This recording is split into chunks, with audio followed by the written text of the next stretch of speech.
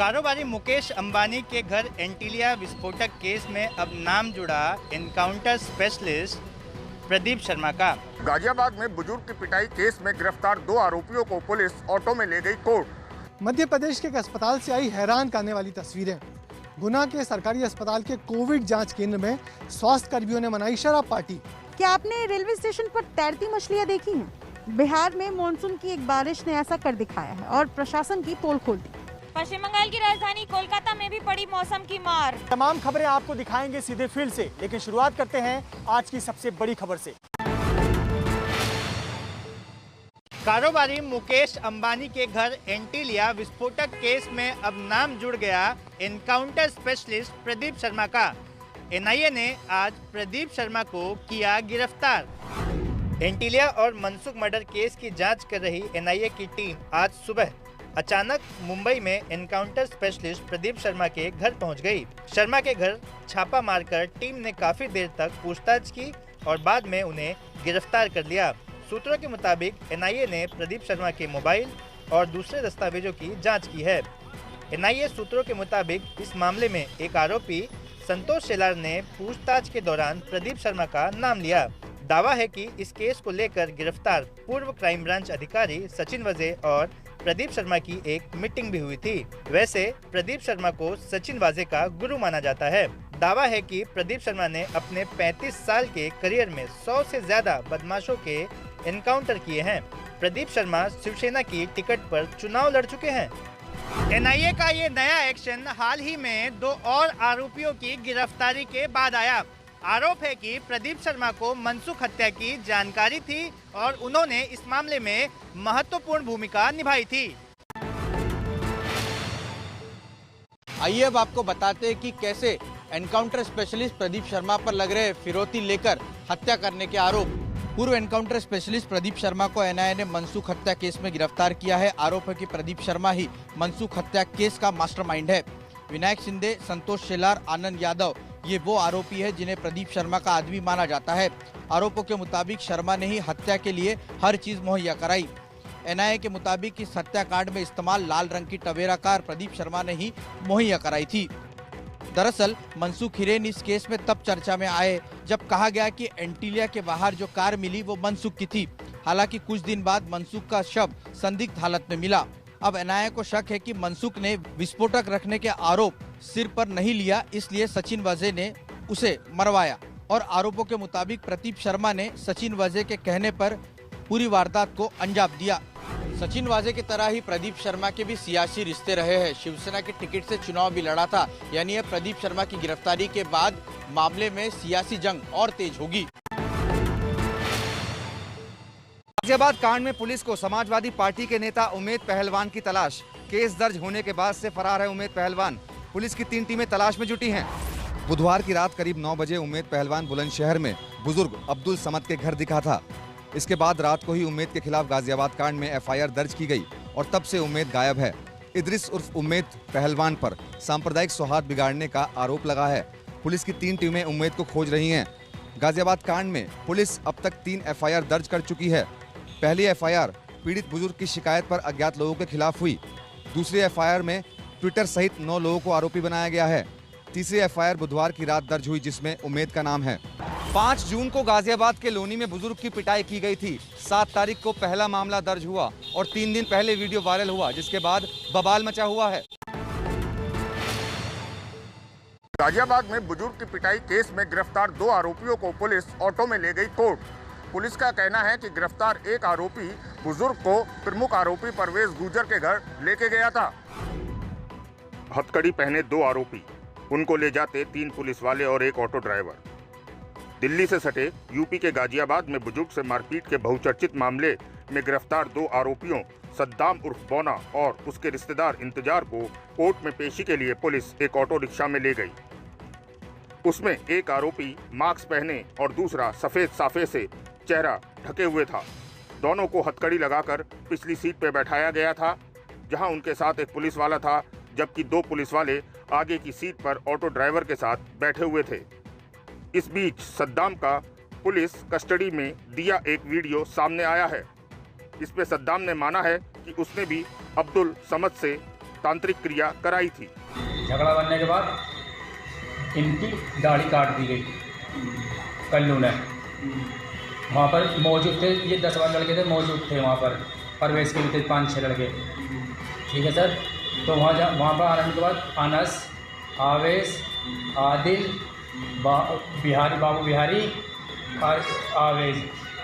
सद्दाम ही अब्दुल समद को मुख्य आरोपी परवेज गुजर के घर ले गया था। परवेज गुजर की रिमांड के लिए गाजियाबाद पुलिस ने कोर्ट में अर्जी दी है। लहरों के बीच फंसे लोगों के लिए देवदूत बनकर आए इंडियन कोस्ट गार्ड। बाढ़ पर फंसे 16 लोगों को एयरलिफ्ट कर बचाया गया।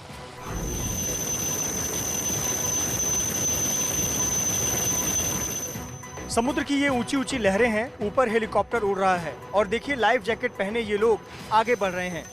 इसके बाद नई तस्वीर आती है, ऊपर उड़ रहे हेलीकॉप्टर से रस्सी गिरती है और नीचे इन लोगों को एक एक कर एयरलिफ्ट यानी उठा लिया जाता है। तस्वीरें रेवडंडा में बार्ज एमवी मंगलम की हैं।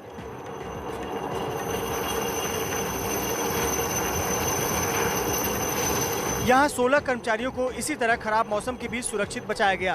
पूरा ऑपरेशन इंडियन कोस्ट गार्ड ने चलाया। आज से ठीक 1 महीने पहले चक्रवाती तूफान ताउते की चपेट में कई बार्ज और टगबोट आ गए थे। तब भी इंडियन नेवी और कोस्ट गार्ड के जवानों ने सैकड़ों लोगों को बचाया था। मध्य प्रदेश के एक अस्पताल से आई हैरान करने वाली तस्वीरें। गुना के सरकारी अस्पताल के कोविड जांच केंद्र में स्वास्थ्य कर्मियों ने मनाई शराब पार्टी। हिलता डुलता ये वायरल वीडियो गुना के जिला अस्पताल का है और तस्वीर में कोविड जांच केंद्र दिख रहा है जिसमें कोरोना की टेस्टिंग नहीं बल्कि शराब पार्टी चल रही है। वायरल वीडियो के आधार पर ये आरोप लगे हैं जिला अस्पताल के स्वास्थ्य कर्मचारियों पर।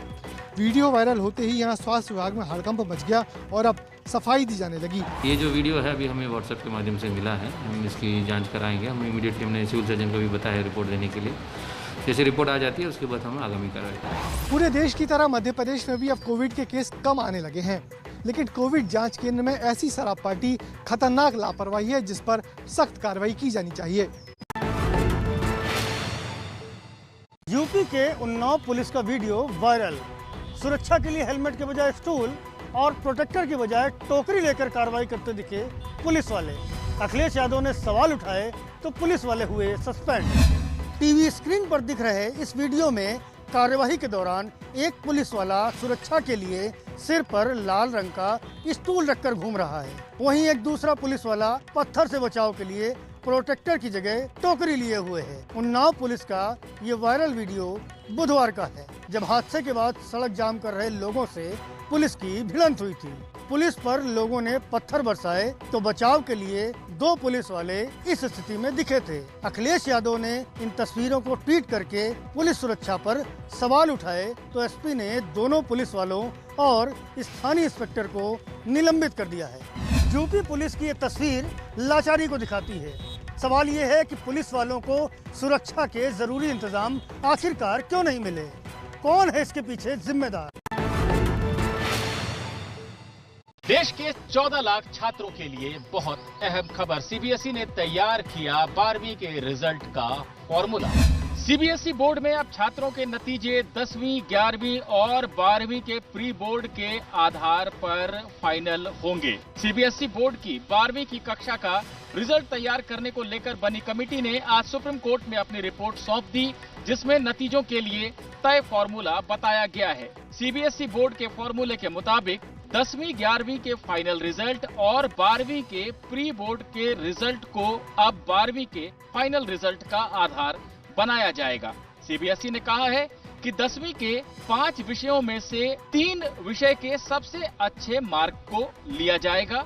इसी तरह 11वीं के 5 विषय का एवरेज लिया जाएगा और 12वीं के प्री बोर्ड एग्जाम या प्रैक्टिकल का नंबर लिया जाएगा। यानी 10वीं और 11वीं के नंबर का 30% और 12वीं के नंबर के 40% के आधार पर नतीजे आएंगे। जो बच्चे परीक्षा देना चाहते हैं उनके लिए बाद में अलग से व्यवस्था की जाएगी जब कोरोना के हालात ठीक हो जाएंगे। फॉर्मूले के मुताबिक अगर सब कुछ सही रहा तो 31 जुलाई तक रिजल्ट जारी कर दिए जाएंगे। 3 जून को सुप्रीम कोर्ट ने सीबीएसई को रिजल्ट का फॉर्मूला तैयार करने के लिए 2 सप्ताह का समय दिया था। उसके बाद सीबीएसई ने इस मसले पर विचार करने के लिए एक विशेषज्ञ कमेटी बनाई थी, उसी कमेटी की रिपोर्ट आज कोर्ट के सामने रखी गई। हिंदुस्तान के पड़ोसी देश नेपाल में पहाड़ों से आया मौत का सैलाब। ग्लेशियर टूटने से नेपाल में हुई भारी तबाही। ग्लेशियर है, नदियों का पानी यहाँ जब रिहायशी इलाकों में घुसा तो बर्बादी आ गई। देखिए कैसे मकान पानी के बीच में डूबे हुए हैं। बाजार के बाजार पानी में गुम हो रहे हैं। लोगों की गाड़ियाँ भी सैलाब ने बर्बाद कर दी। और देखिए जहाँ से पानी गुजरा वहाँ कैसे कीचड़ ही कीचड़ हो गया। बारिश और बाढ़ से ये बर्बादी आई है नेपाल के सिंधपल चौक में। यहाँ पहाड़ों पर ग्लेशियर टूटने से ऐसा सैलाब आया कि बड़े इलाके को अपनी चपेट में ले लिया। 200 से ज़्यादा घर बर्बाद हो गए हैं। 5 से ज़्यादा लोगों की अब तक मौत की खबर है। नेपाल में जब मौसम खराब होता है, तेज बारिश होती है, तो नेपाल से सटे भारत के राज्यों में भी इसका खासा असर देखने को मिलता है। क्या आपने रेलवे स्टेशन पर तैरती मछलियां देखी हैं?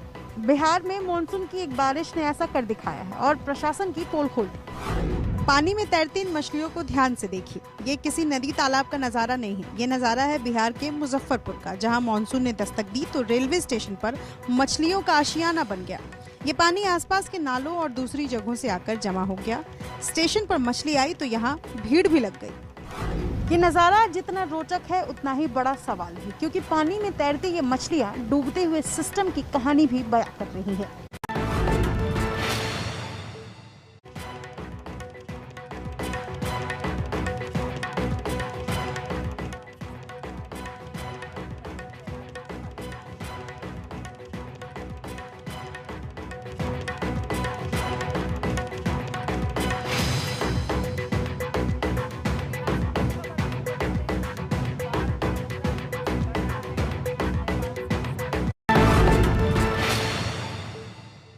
पश्चिम बंगाल की राजधानी कोलकाता में भी पड़ी मौसम की मार। थोड़ी ही बारिश में यहाँ कई सड़कों पर भर गया पानी और लोगों को हुई परेशानी। सड़कें दरिया बन गई हैं, चारों तरफ पानी ही पानी दिख रहा है और इस पानी से गुजरने के लिए मजबूर हैं ये लोग। यहाँ सड़कों पर इतना पानी है कि देखिए गाड़ियाँ कैसे फंसी हैं। कुछ गाड़ियाँ तो पानी से निकल गईं, कुछ खराब हो गईं। बारिश से हालात इतने खराब हैं कोलकाता के कि लेक गार्डन इलाके में तेज बारिश से जल जमाव हो गया है। मौसम विभाग के अनुसार अगले 2 दिनों तक लगातार बारिश जारी रहेगी। ऐसे में कोलकाता वासियों की परेशानी कम होती नजर नहीं आ रही। सिर्फ आधे घंटे की हुई बारिश ने दिल्ली के ड्रेनेज सिस्टम की पोल खोल दी है। इस वक्त वीआईपी जोन कहे जाने वाले रेल भवन के पास हम लोग मौजूद हैं और आप देखेंगे यहाँ पर आपको एक बाइक दिखाई देगी खड़ी हुई, जो कि आधा फीट करीबन पानी में डूब चुकी है। सिर्फ आधे घंटे की बारिश हुई दिल्ली में, जिसके बाद आलम ये है कि जगह जगह पर जलभराव हो गया है। और सिर्फ आधे घंटे की बारिश के बाद ये हाल है। ज़रा सोचिए अगर दिल्ली में जब मॉनसून अराइवल होने वाला है, जहां जुलाई में बारिश शुरू होने वाली है और तेज़ बारिश दिल्ली में हो सकती है जैसे कि मौसम विभाग ने प्रेडिक्ट किया है, तो तब तस्वीरें क्या होंगी, तब दिल्ली में कितना जलभराव हो सकता है और कितनी ज़्यादा दिक्कतें आ सकती हैं। सुबह करीब 10:30 पौने 11 बजे ये हादसा हुआ है और जब ये हादसा हुआ उस वक्त इस फैक्ट्री में करीब जो है 45 लोग मौजूद थे। ये जो आप डिब्बे देख रहे हैं, मैं आपको तस्वीरें दिखा रहा हूँ, इनमें जो है एक्सप्लोसिव भरे हुए थे। जो है यहाँ पे इसमें जो है ऐसे ज्वलनशील पदार्थ भरे थे जिनसे जो है पटाखे बनाए जा रहे थे। और भी मैं तस्वीरें दिखाऊँ कि यहाँ पर देखिए कि जब ये ब्लास्ट हुआ तो किस तरह से बहुत सारी जो बाइक हैं वो जो है पूरी जो है उड़ चुकी हैं। देखिए कि किस तरह से बाइक पड़ी हुई। अंदर जो तस्वीरें हैं जहाँ पर अभी हमें जाने नहीं दिया जा रहा है, वहाँ पे बहुत सारी जो बाइक हैं वो जो है पूरे उनके परखच्चे उड़ गए हैं और वो पूरी तरह से जल चुकी हैं। काफ़ी बड़ा ब्लास्ट था। अभी तक इसमें 5 लोग जो है घायल हुए हैं, जिन्हें अस्पताल में भर्ती कराया गया है और पुलिस अधिकारियों के मुताबिक अभी इस मामले की पूरी जाँच हो रही है। क्रिकेट टूर्नामेंट में जीत के बाद फायरिंग का वीडियो वायरल, कोरोना नियमों की धज्जियां उड़ी, पुलिस जांच में जुटी। ढोल बज रहे हैं और लोगों के हाथों में बंदूकें हैं और इन्हीं बंदूकों से हो रही है फायरिंग। वायरल हो रहा ये वीडियो राजस्थान के बांसवाड़ा का है, जहां के सुरवनिया गांव में कोरोना के बीच क्रिकेट टूर्नामेंट का आयोजन हुआ और इस टूर्नामेंट में जीत के बाद जश्न मनाने के लिए इन लोगों ने फायरिंग की।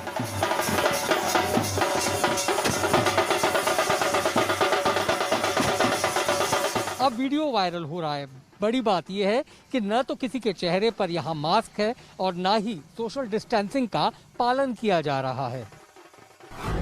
पुलिस तक मामला पहुंच चुका है और पुलिस वीडियो की जांच कर रही है। सवाल ये है कि कोरोना काल में ऐसी लापरवाही क्यों बरती जा रही है। हिमाचल प्रदेश के सोलन में प्रशासन की बड़ी कार्रवाई। नेशनल हाईवे के विस्तार के लिए रोड किनारे बने घरों को तोड़ने का काम हुआ शुरू। जेसीबी मशीन और बड़े बड़े हथौड़ों से घर तोड़े जा रहे हैं। वीडियो हिमाचल के सोलन जिले के कालका शिमला हाईवे का है। घर इसलिए तोड़े जा रहे हैं क्योंकि नेशनल हाईवे का विस्तार होना है। प्रशासन के मुताबिक रोड के निर्माण के लिए जिन लोगों के घर तोड़े जा रहे हैं उन्होंने अपना मुआवजा ले रखा है, लेकिन घर पर कब्जा करके बैठे हैं। ऐसे ही लोगों के घरों पर प्रशासन तोड़ने की कार्रवाई कर रहा है। हाईकोर्ट के आदेश पर इस कार्रवाई को अंजाम दिया जा रहा है। प्रशासन के मुताबिक करीब 75 से ज्यादा निर्माण तोड़े जाने हैं। एलजेपी का संसदीय दल का नेता बनने के बाद चिराग पासवान के चाचा ने हथियाली पार्टी। बागी सांसदों ने पशुपति पारस को लोक जनशक्ति पार्टी का राष्ट्रीय अध्यक्ष बना दिया है। पहले बगावत की, फिर संसदीय दल का नेता पद ले लिया और अब पूरी पार्टी पर ही कब्जा कर लिया। लोक जनशक्ति पार्टी के बागी सांसदों के अगुआ पशुपति पारस को पार्टी का राष्ट्रीय अध्यक्ष घोषित कर दिया गया है। बागी गुट का दावा है कि पटना में एलजेपी की राष्ट्रीय कार्यकारिणी की बैठक में पशुपति पारस को पार्टी की कमान सौंपी गई है। पशुपति पारस गुट ने पार्टी के भीतर तख्ता पलट पर एक व्यक्ति एक पद की दलील दी थी, लेकिन खुद ही पशुपति पारस ने 2-2 पद हथिया लिए। चिराग पासवान अपने चाचा को कल ही कानूनी चुनौती देने की बात कह चुके हैं। पश्चिम बंगाल में जीत हासिल करने के बाद ममता बनर्जी की पार्टी तृणमूल कांग्रेस ने अब बीजेपी की सरकार में त्रिपुरा में सेंध लगाना शुरू कर दिया है। ऐसे में अपनी सरकार बचाने के लिए बीजेपी ने अपने आला नेताओं को त्रिपुरा के मैदान में उतार दिया है। त्रिपुरा में बीजेपी की सरकार में इन दिनों हलचल मची है।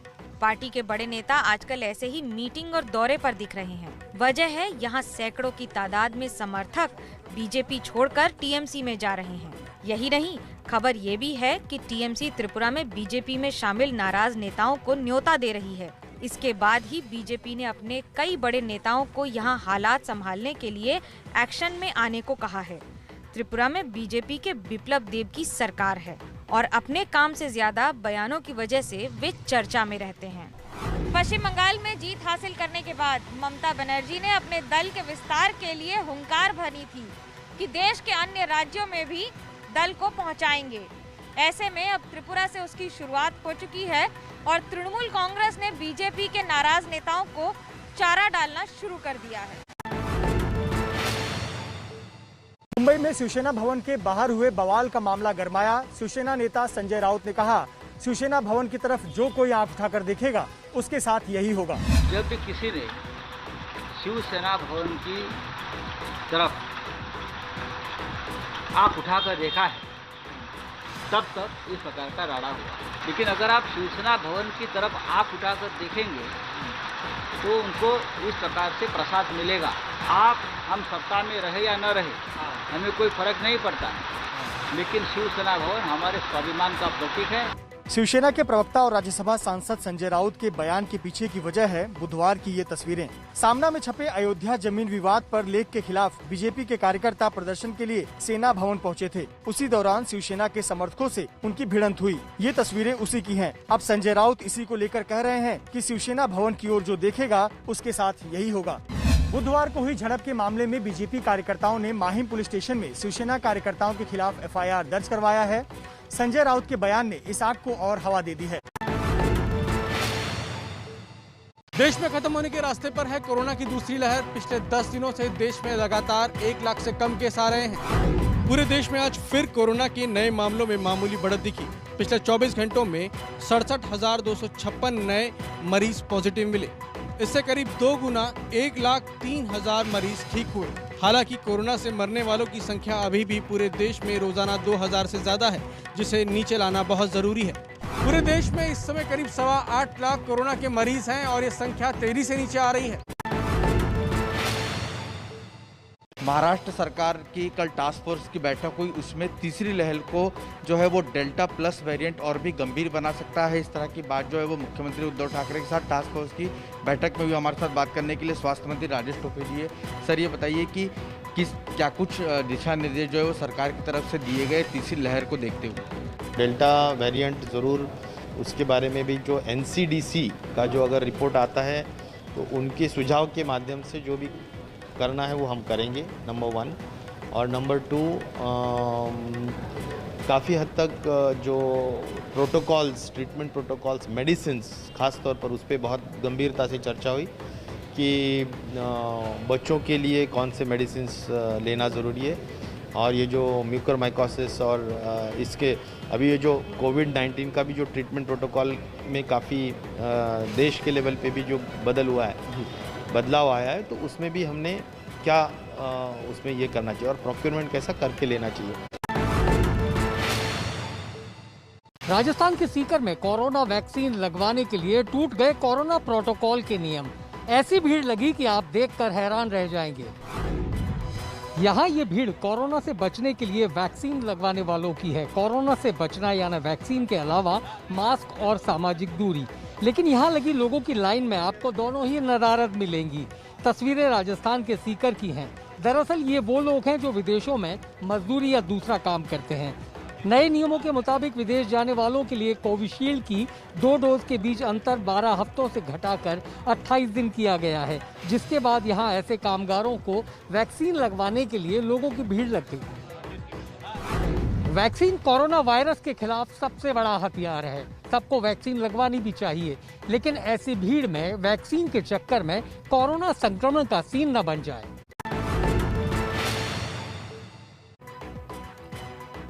बिहार से बड़ी खबर, जहां बाढ़ का खतरा तेजी से बढ़ रहा है। नेपाल से 4.5 लाख क्यूसेक पानी गंडक बैराज में छोड़ दिया गया है।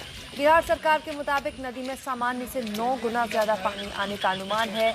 इससे बड़ी तबाही हो सकती है। बिहार में नेपाल से सटे इलाकों में नदियां उफान पर हैं।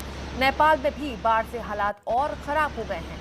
भारी बारिश से सिंधु पाल चौक, लामकुंज, डबल परासी और रुदनदेही समेत कई जिलों में बाढ़ आ गई है। इसका असर नेपाल से सटे उत्तर प्रदेश और बिहार के जिलों पर भी देखने को मिल रहा है। नेपाल में बाढ़ से हालात ये हैं कि नेपाल नदी बहाव नाले पर बना डैम 4 जगहों से टूट चुका है। इस कारण उत्तर प्रदेश के महराजगंज से 6 से ज्यादा गांव डूब गए हैं। लोगों के घरों में पानी भर चुका है और लोग बाहर भी निकल नहीं पा रहे। प्रशासन ने बाढ़ की स्थिति को देखते हुए हाई अलर्ट जारी कर दिया है।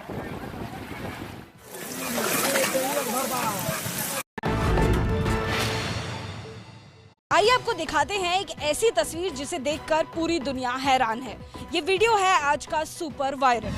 करीब 40 सेकंड का ये वीडियो है और इसका हर फ्रेम ध्यान से देखेंगे तो आप हैरान होंगे। दरअसल ये सफेद सफेद चीज कोई रुई नहीं बल्कि मकड़ी का जाल है ना हैरान करने वाली ये तस्वीर। वायरल वीडियो है ऑस्ट्रेलिया के विक्टोरिया का। दरअसल कुछ दिन पहले ऑस्ट्रेलिया के इस इलाके में बाढ़ आई थी। इंसान तो यहाँ सुरक्षित जगह चले गए, मकड़ियों ने पानी के ऊपर इस तरह जाल बनाकर अपनी जान बचाई।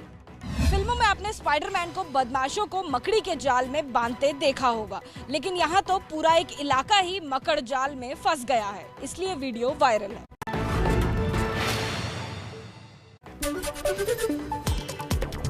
बॉलीवुड एक्टर अक्षय कुमार ने जम्मू कश्मीर के बांदीपुरा में बीएसएफ जवानों का हौसला बढ़ाया और उनके साथ मस्ती की। तस्वीरें अक्षय कुमार के जम्मू कश्मीर के बांदीपुरा में।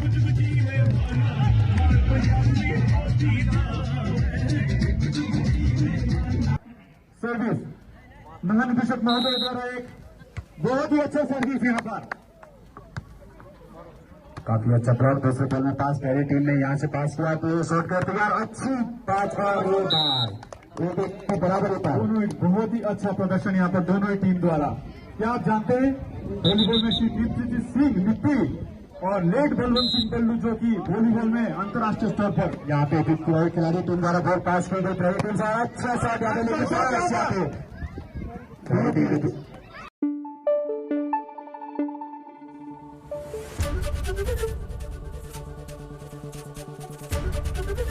ABP न्यूज आपको रखे आगे।